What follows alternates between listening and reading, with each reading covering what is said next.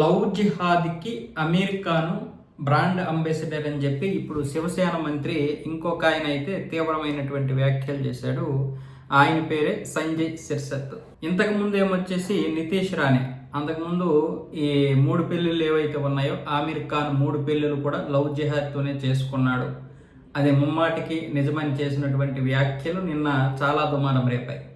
ఇప్పుడు దీనికి శివసేన మంత్రి ఏమొచ్చేసి దీన్ని ధృవీకరిస్తూ నిజమే కదా, ఆయన బ్రాండ్ అంబాసిడర్, ఒక సినిమా హీరో ఎలా ఉండకూడదో నిరూపించాడు.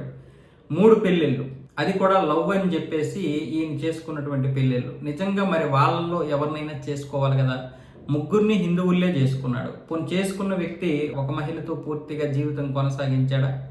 నిజంగా హిందువుల మీద అంత ఈ గౌరవం ఉంటే మరి 3 పెళ్ళిళ్ళు చేసుకున్నాడు. కాబట్టి ఇదంతా కూడా దేనికోసం, ఈయన ఎందుకు గౌరవించాలి అన్న విధంగా అమీర్ ఖాన్ గురించి మాట్లాడుతున్నారు. పెళ్ళిళ్ళ విషయం పక్కన పెడితే అమీర్ ఖాన్ వ్యక్తిగతంగా చూసుకున్నట్లయితే మంచివాడిగా కనిపిస్తాడు, కానీ చాలా ద్వేషి, హిందూ ద్వేషి. అది పీకే సినిమా ద్వారా మనకు ఎలాగో నిరూపితమైంది. కానీ ఆయన వ్యాఖ్యలు కూడా అలాగే ఉన్నాయి. గత 10 సంవత్సరాలుగా బీజేపీ అధికారంలో ఉండడం ఆయన భరించలేడు.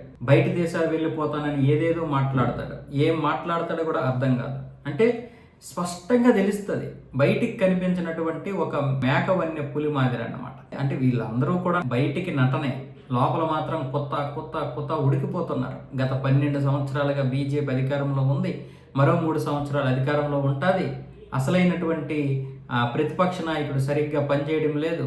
ఇప్పటికిప్పుడు నరేంద్ర మోదీని ఢీకొనేటటువంటి నాయకుడు ఎవరున్నారో వెంటనే వచ్చి ఆయన ఢీకొట్టి నరేంద్ర మోదీని ఓడిస్తే చాలు, ఆ అవతల ఎవరున్నా పర్వాలేదు. ఇలాంటి మనస్తత్వం కలిగినటువంటి వారు, అది సల్మాన్ ఖాన్లో కూడా అది స్పష్టంగా కనిపిస్తుంది మనకి.